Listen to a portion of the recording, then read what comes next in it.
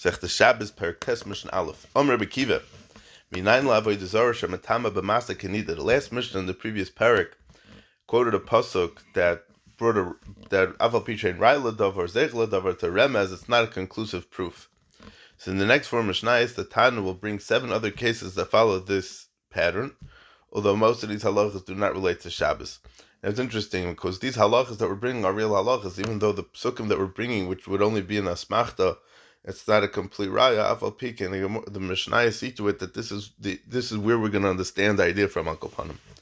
So I'm Rabbi Kiva, Zok Rabbi Kiva, Minayin la'avodah zarah shematama b'masa kenida. Where do we find that there's a din d'Rabbanan that an avodah zarah, or any object that's worshipped as an avodah zarah, makes a person tamei when he carries it in a box, even if he doesn't touch it, like a nida. Just like a nida makes a person tamei when he carries her, even without touching her. If you carry a nida on a stretcher, you still become tamei. Shenema, because the pasuk says, "Tizrim k'ma'dava tzei tarmela." You'll cast them away as you would a nida. Dava means a nida, and you will say to the avodah zarah, "Go out." So this pasuk is in the pasuk in Yeshaya, that what's going to happen in the times of Mashiach. So the word Tizraim, which is from the word Zar, describes a time when people want to distance themselves from Avodah Zarah, which they will then recognize as strange and unappealing, and therefore will cast their Avodah Zarahs away. Yeshaya then goes on to compare the distance from Avodah Zarah and the distance between a husband and wife during her Nida period. So man Nida Metame B'masa, by comparing Avodah Zarah to a Nida, the pasuk indicates a similarity between them.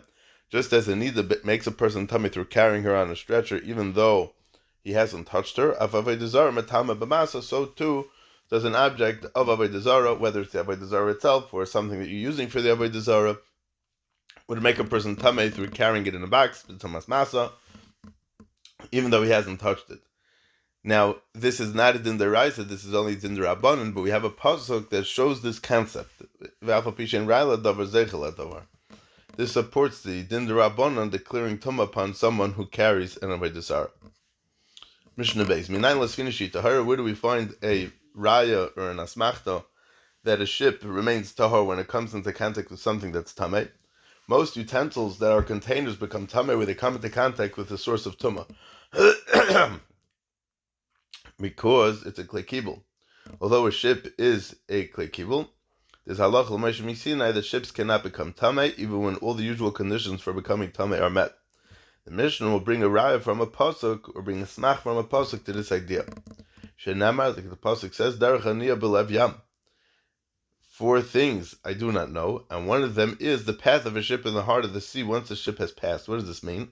The pasuk lists 4 things that vanish without a trace, including the path of a ship in the heart of the sea, referring to the ripples that a ship makes in the water, which vanish as soon as the ship has passed.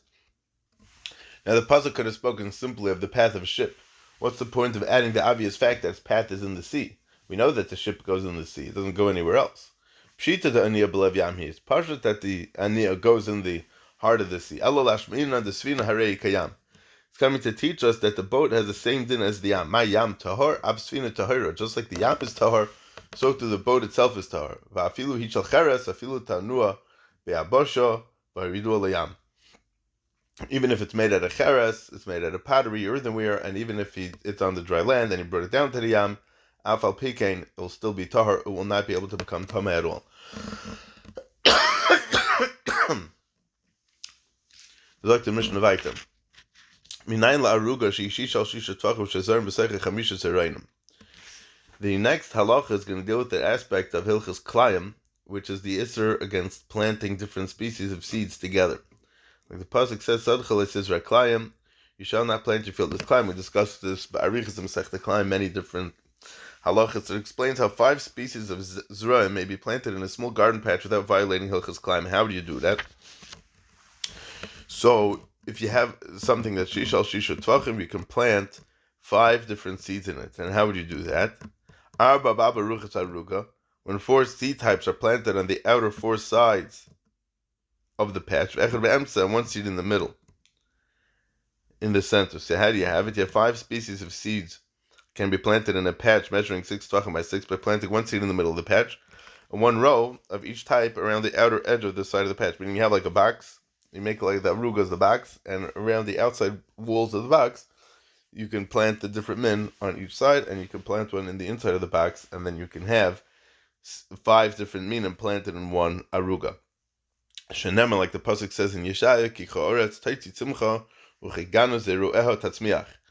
For like the earth gives forth its plant, and like a garden causes its seed to sprout. Zar oloi namar el zeru'eho. The single expression of zar o, which is lashon yochid, it doesn't say that, but rather it uses a lashon rabbim zeru'eho.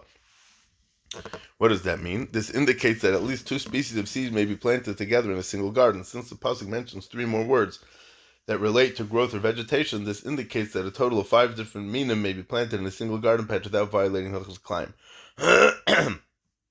Now the question is like this: if I could figure this out on my own, then what do I need a pasuk for, right? So the pasuk isn't telling me that this is the halacha, but I want to bring a raya, I want to bring a smach from a pasuk to show this concept is true. Mishnah Gimel. Where do we find support for the halacha that a woman who discharges zera on the 3rd day after tashmish is tameh because the zera is still viable? A woman who has zera in her from tashmish becomes tameh, and to be matar herself she has to go to mikveh and wait for herav shemesh. If the zera gets discharged after her tefillah, she becomes tameh again. Our Mishnah holds that the zera retains the capacity to make a woman conceive for only 3 days after tashmish. If she discharges on the 4th day, she doesn't become tameh since it has lost its vitality. It's unshayach to be mazriya. So now we'll bring a raya to this halach. It says that the Yidden were instructed before Matan Torah, be prepared for a 3-day period. Al tikshu al isha. Do not approach a woman, meaning refrain from tashmish for 3 days. You'll be ready to receive the Torah on the 4th day. This mitzvah was given to ensure that the woman would be tahor by Matan Torah. By requiring 3 days of separation, the Torah indicates that a woman becomes tameh if she discharges the zera during those 3 days. Since the zera loses its vitality by the 4th day, it would not make her tameh if it's discharged on that day. Now, this is where the Gemara goes into the whole nidin about Matan Torah. This is where it starts from. Okay. Weiter sagt the Mishnah, the second halacha relates to Shabbos.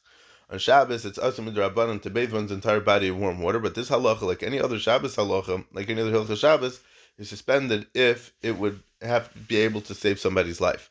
In the times that the Mishnah was considered dangerous for a child not to be washed with warm water before and after the Milah, which we're going to see in Perek Yud Testament, Shemar Barblaz the Milah. The Mishnah says how long the Hilchos Shabbos are going to be nidche after a bris, and we're going to bring a raya from a pasuk. So where do we find a smach for the halacha that we may use warm water to wash an infant who had a milah even on the 3rd day after the bris that falls on Shabbos? I mean, the 3rd day the milah is on Shabbos. The pasuk says regarding the attack on Shechem by Shimon and Levi, and it came to pass on the 3rd day when they were in pain, that Shimon and Levi took advantage of their weakness to attack the city. After Shechem ben Chamor was mezana with Dinah, her brothers convinced the residents of the city to bemal themselves. On the 3rd day after the Milah, Shimon and Levi seized the opportunity provided by the men's weakness from after the bris to attack the cities. It's apparent that even on the 3rd day after the Milah, the patient is still extremely weak. This shows that even on the 3rd day after someone has a bris, he's still weak and in great pain. Therefore, we may wash a child on the 3rd day, even if it falls on Shabbos. Fine. Zok the Mishnah weiter. A separate halacha regarding the avodah on Yom Kippur. Where do we find the smach that we tie a strip of red wool on the head of the goat that's sent away to the Azazel? On Yom Kippur in the Beis HaMikdash, 2 identical goats were brought to be mechaper on behalf of the entire Klal Yisrael. One was shechted in the Beis HaMikdash as a chatas, and they were zerik the dam in different places in the Beis HaMikdash. The other goat was led out to the wilderness area to be cast off a mountain known as the Azazel. Before pushing the goat off, the one who led the goat out to the Azazel area would take a strip of red wool and divide it in 2, tying one half to the goat's neck and the other half to the rock at the top of the mountain. As the goat fell, the wool would miraculously turn white. This was a sign min hashamayim that the averis of Klal Yisrael were forgiven. So what's the smach for this idea that they would do that?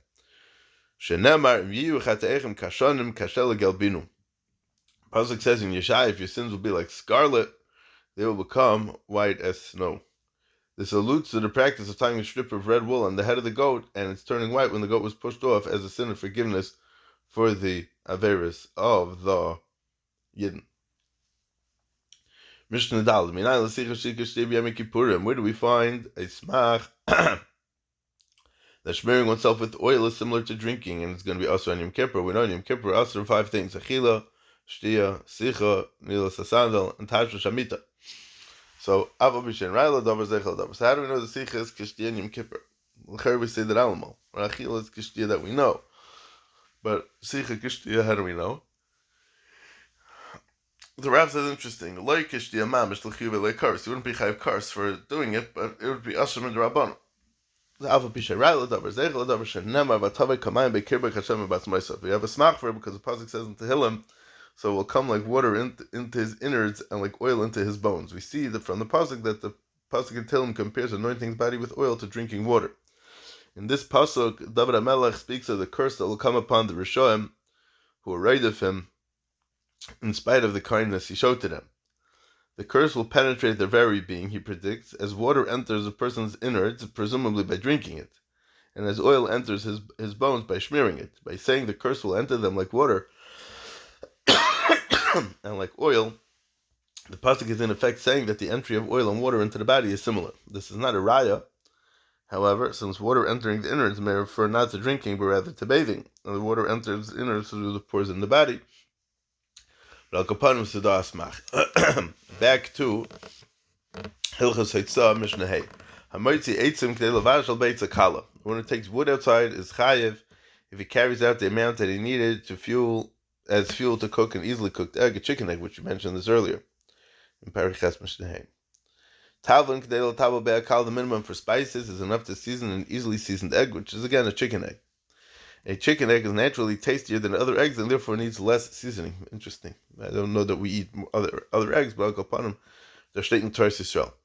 With starf and zamzeh, different kinds of spices can combine with each other to add up to this measure. If a person carried out 2 or more kinds of spices, and the total amount was enough to season a chicken egg, he is chayiv, since the spices have the same shear, the minimum shear, they combine with each other to form that amount, but only they blend together in flavoring the food. Klipe agoizim, klipe remainim, istis upua kedei litzvah ben beged koton besvacha. The minimum for klipe agoizim, which are nut husks, the shells, walnut shells. So the Torah Yisrael explains that we're not talking about the hard outer shell, but the soft shells that cover the nuts while they are growing. Klipe agoizim, pomegranate peels. Istis, woad, some type of bluish plant or dye, or pua is madder.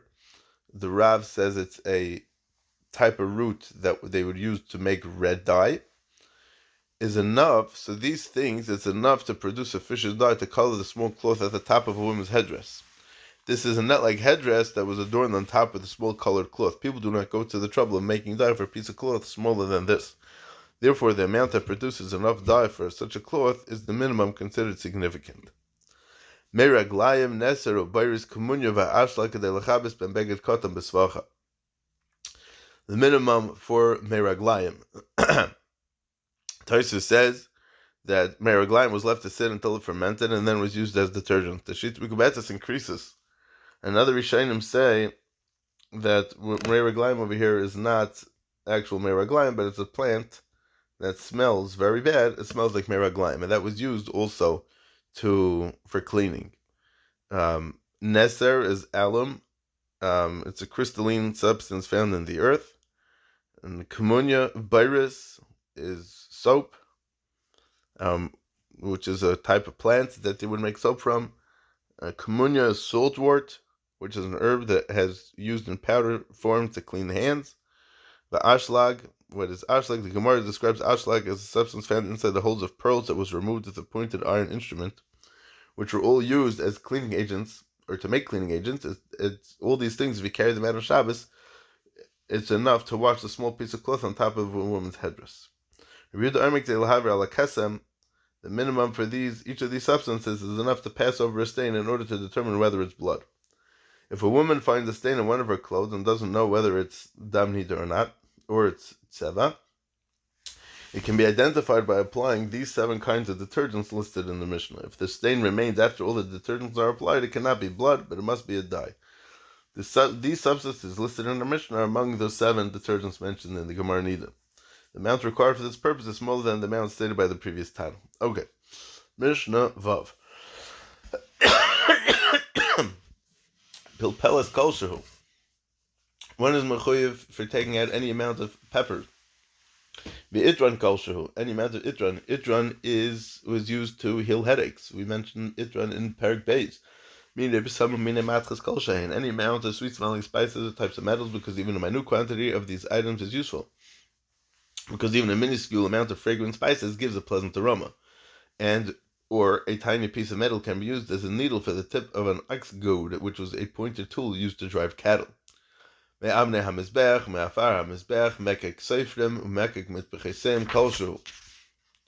If one takes a chip of stone that broke off from the stones of the Mizbeach, or from the dust of the earth of the Mizbeach, or decayed remains of a Svarim, Sifrei Kodesh, or decayed remains of their mitpachais, which is the mantles that you wrap the Sefer Torah with, he's mechuyev for any amount, because people store even the smallest quantity of these items in order to fulfill the chiyuv of putting them away in a safe place.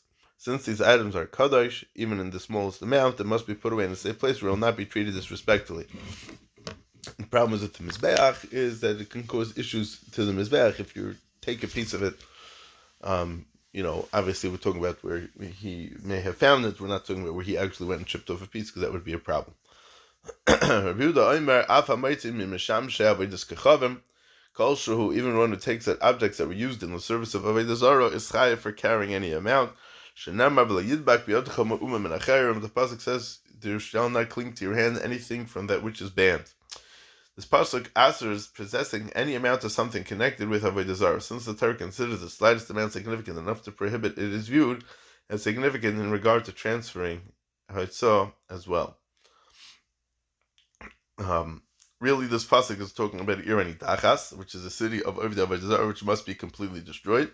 By extension, the pasuk prohibits benefiting from anything connected to Avodah Zarah as well. Mishnah Zayin, Hamoitzi Kupas Reichlim, if one takes out a peddler's box of perfumes, even though there are many different kinds of perfumes, and it is only chayv to bring one korban chatos, because the entire box is considered one item, and thus he has done only one act of hitzah.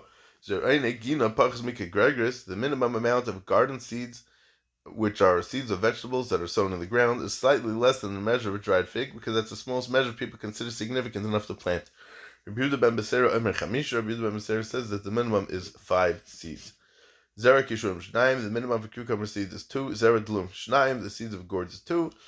Zera pala mitr shnaim, the seeds of a cowpea, which is a bean-like plant, is 2. These 3 types of seeds are more valuable than ordinary garden seeds. Even 2 of them would be significant.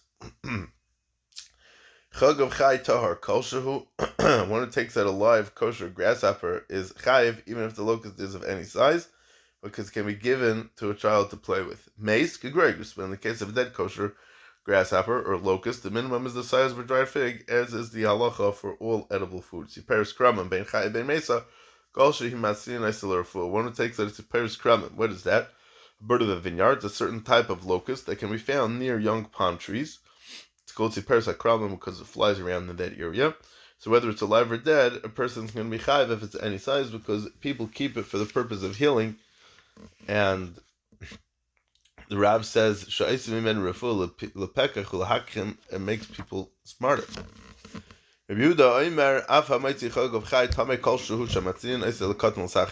Tanakhama mentioned a live kosher locust, which implies the one is chayiv for carrying a minuscule locust only if it's kosher, and not if it's not kosher. This is because the tiny locust is only significant if people would give it to a child to play with, because you wouldn't give a child a non-kosher locust because it might die and he might eat it. But Rabbi Yehuda says that even when it takes out a live non-kosher locust, is chayiv for carrying a locust of any size, because people keep even non-kosher locusts for a child to play with.